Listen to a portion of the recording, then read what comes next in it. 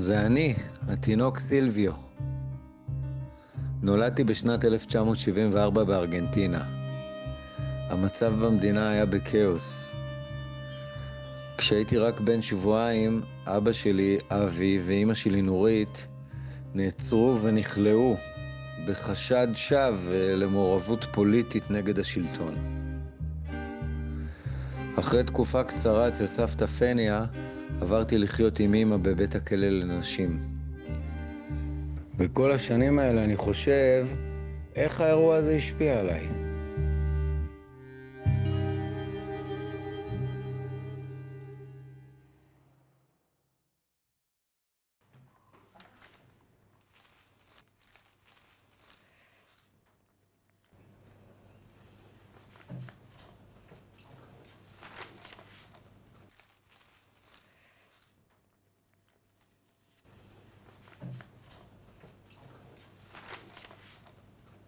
פשטו לבית שלנו בראשון לנובמבר, שזה היה יום כל הקדושים, לא עבדו באותו יום. ואני רואה שרק המכתב הראשון שאנחנו כתבנו אחד לשני זה ב10 לנובמבר. בגלל שכל הימים האלה היינו במטה המשטרה, ששם כאילו זה מקום מסוכן, בגלל ששם מענים את האנשים בעצם.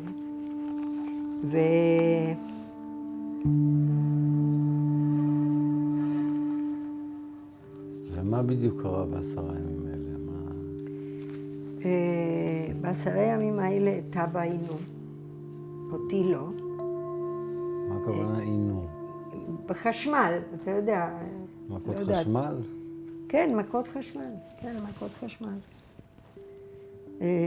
וואו. צרחות של אנשים, את הבכי, זה היה... אתה היית אצל סבתא, כן? זה היה מאוד קשה. בכל 10 ימים האלה אני לא ראיתי אף אחד. גם אבא לא. לא יכולנו לקבל שום ביקור, עורך דין, כלום. אז זהו, אז זה היה. מה זה המכתבים האלה? תראה, אנחנו, שלא יכולנו לדבר אחד עם השני, טלפון לא היה, אפילו שהיינו באותו בית כלא, אבל לא יכולנו להתראות. החלטנו שכל יום אנחנו כותבים. אז זה שנה של מכתבים, כמעט יומים. לפני כמה שנים, לא יודעת, אחרי שאבא חלה, אני חושבת, שהתחלתי לחשוב על זה, שזה ילך לאיבוד. והבנתי שיש הרבה דברים שאתם לא יודעים עלינו,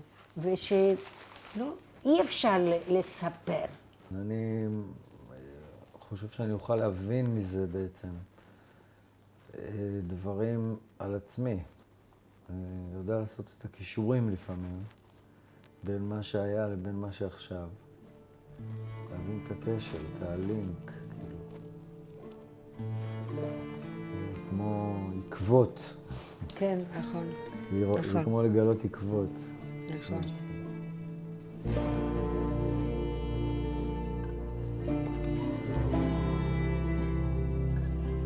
וכשהגענו לכלא, אז התחלתי לברר, היו שם נשים עם ילדים, עם תינוקות. התחלתי לברר על אפשרות שאתה תבוא. וזהו, אני לא יודעת, זה לקח המון זמן. הנה, 1/12. Hoy llegó Silvito. היום הגיע סילביה. כן. מאוד קשה לי לקרוא את זה. Me tengo que reacostumbrar. Casi no lo conozco. Está gordito, vivaracho. Lo único que me entristeció es pensar cómo lo va a extrañar Paulita. טוב, כשהשארתי אותך היית בן שבועיים, פתאום חודש וחצי כבר יש גוף, כן, יש הבעות, נתנו לי שם מקום, מיטה ועריסה, לא יודעת, זה היה דבר מוזר, לא יודעת איך. זה לקח לי זמן, לא יודעת, ימים, להיכנס לקצב שלך, לראות מתי אתה הולך לישון, איך אתה אוכל, מה אתה אוכל.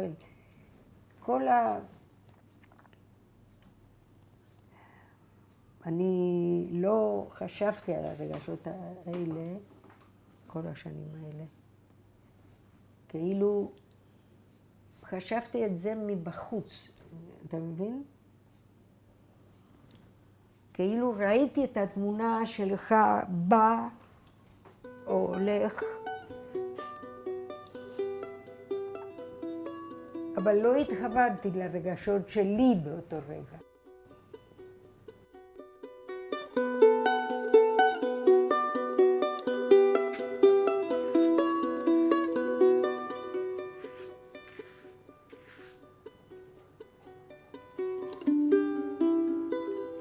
אמרתי לך שכל הבנות בכלא קראו לך הנסיך הקטן? אמרתי לך את זה? לא? אני חושב שלא אמרת את זה. לא.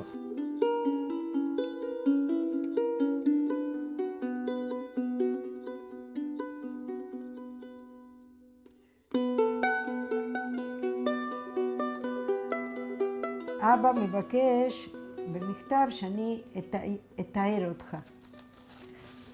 אז אני כותבת לו, הוא מאוד חם, וכשהוא רואה אותי, כשהוא מתעורר, היית צועק בשמחה, לא כמו עכשיו. והפנים שלך היו כאילו, איך אומרים? כאילו יש להם אור. מהירות. מהירות.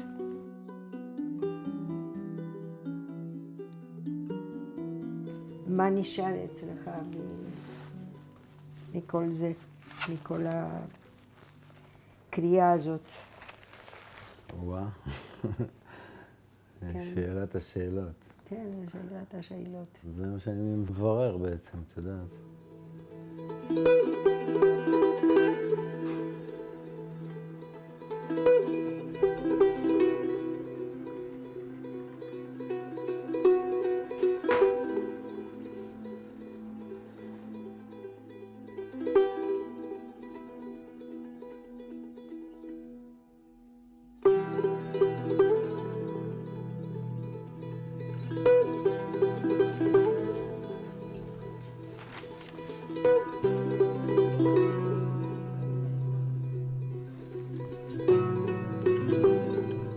היה אז תקנות לשעת חירום. אנחנו יודעים מה זה.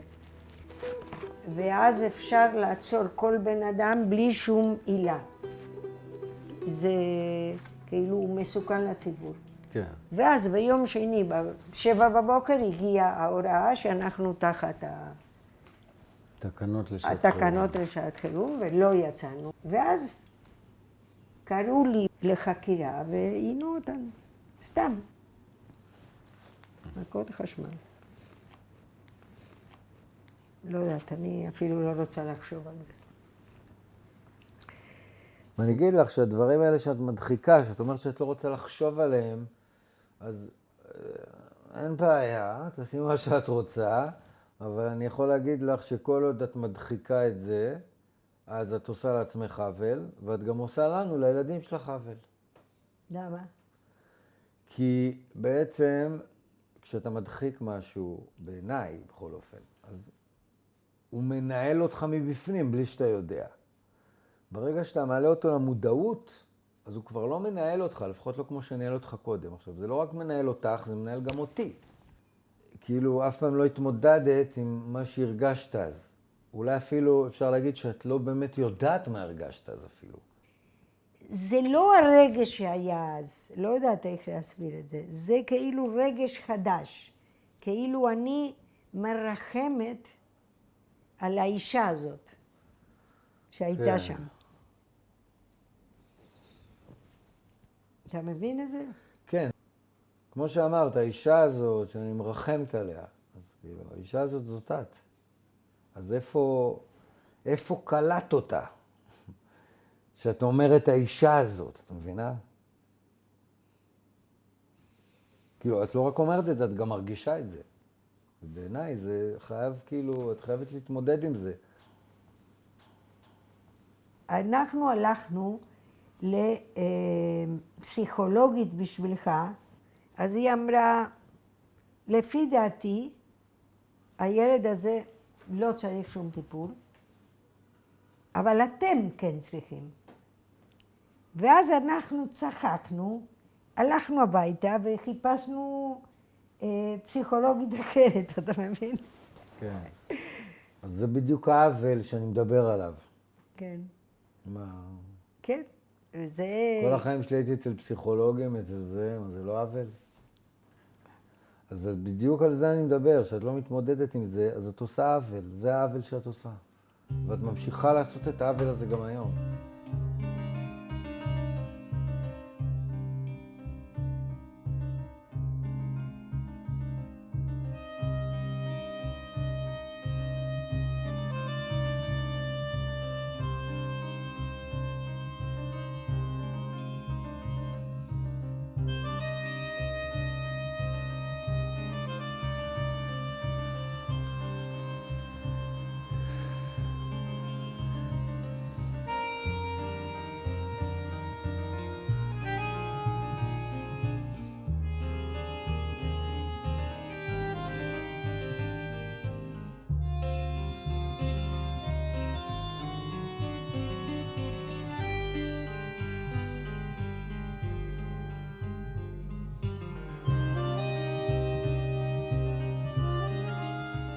מצאתי את המכתב כשאני מספרת לאבא שאתה חזרת לכלא אחרי 3 חודשים.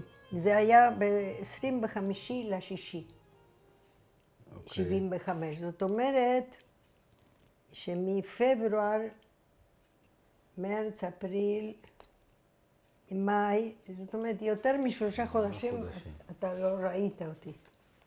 אוקיי. Hoy a las 12 del mediodía llegó Silvio.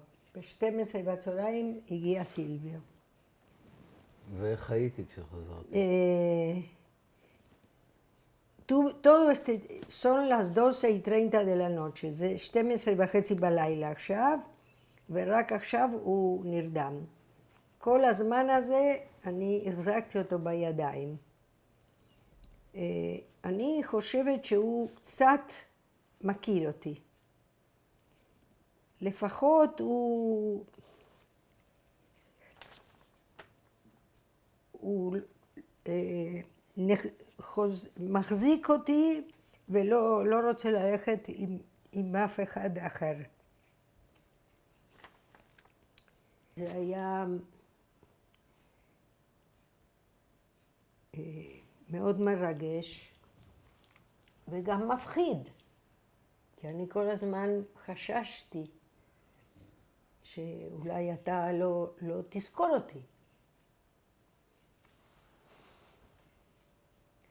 ואני לא יודעת אם זכרת או לא זכרת, אבל זה שרק איתי רצית להיות, אז אולי כן, אולי אתה זכרת, אני לא יודעת.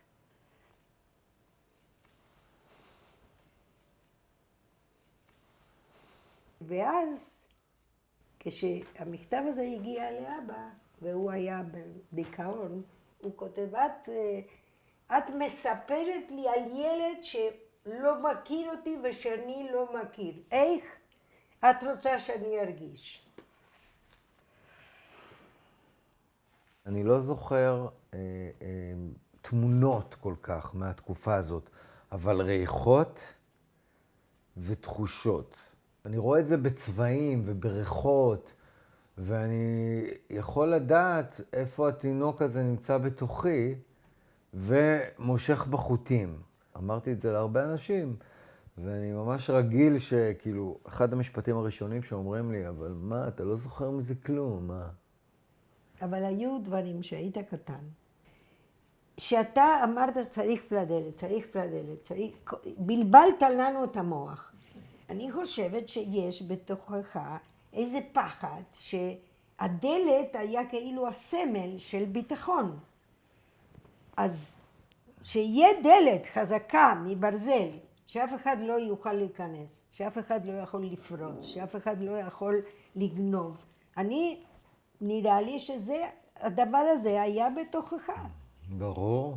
כן. מה זאת אומרת? מה?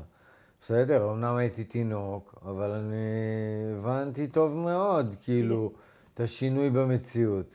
הרגע הזה, שאתה, אבא היה בבית, ואני הלכתי איתך ועם פאולה לגן שעשועים. כשחזרתי, נכנסתי לבית, אתה על הידיים שלי, ופאולה ביד שלי. ברגע אחרי כמה רגעים, לא יודעת אם השוטר אמר משהו, אחד השכנות לקחה אותך. כאילו, אני חושבת שהרגע הזה, שאתה היית בן שבועיים, בטוח נשאר איכשהו, אני לא יודעת איך. בטח נשאר, מה, זה חשיפה לאופי ואחר כך היית כמה שעות... חסר מעצורים של המין האנושי, מה זאת אומרת? כמה אנשים יכולים להיות רעים? אתה סופג רוע, בתור תינוק, מה שאתה סופג זה רוע. במקום לספוג אהבה, כמו שאתה אמור, מאמא שלך, מאבא שלך, לא משנה, מכל הסביבה, מה אתה סופג? שנאה ורוע מאנשים שאין להם גבולות, אין להם נשמה, לא יודע איך לקרוא לזה. אחר כך לקחו אותך ואת פאולה לאיזה מקום, וקראו לי וביקשו ממני להגיד מי יכול לטפל בכם. ואתם הייתם בחדר לידי, ואני שמעתי אותך בוכה. כמה שעות הייתם שם? אני לא יודעת, עד שאימא שלי באה לקחת אתכם. אני חושבת שזה... לא יודעת. זה דברים שנשארים, אני לא חושבת שזה נמחק איזשהו. ברור, והיום אני מבין שיש לזה המון רבדים. כל החיים שלי חפרתי בזה, וכל פעם מצאתי עוד רובד ועוד רובד ועוד רובד. אני מניח שגם זה השפיע על ההורות שלי במשך הרבה זמן, זה השפיע על הזוגיות שלי במשך הרבה זמן. היום אני מתחיל להבין שאני ממשיך את הטראומה של המשפחה פה בעצם. אני חושב שזאת הסיבה העיקרית שעזבתי את הבית. כדי שנייה רגע לצאת להבין רגע. ברור לי שזה הקשר. ברור לי. אבל אתה יודע, אף פעם לא מאוחר מדי. זה לקח לי המון זמן להכיר בזה, כן. ואני חושבת אני לא יודעת מתי הבנתי, אם בכלל הבנתי, אני לא בטוחה. זה הכי קשה, אתה יודע. שאנחנו עברנו טראומה ואף פעם לא התאוששנו מזה. כאילו. כן. אני לא יודע אם אפשר באמת להתאושש מדבר כזה, אבל אני מאמין שכן.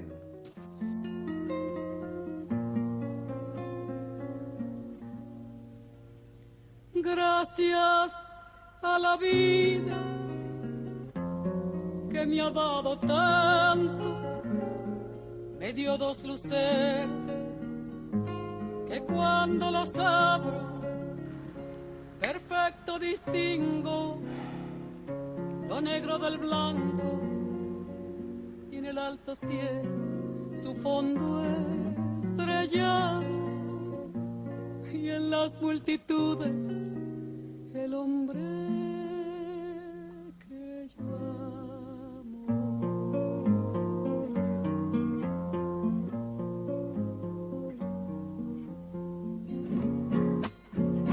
Gracias a la vida que me ha dado tanto, me ha dado el sonido y el abecedario, con él las palabras inmenso y de claro, madre, amigo, hermano, y luz alumbrando la ruta del alma del que estoy amando.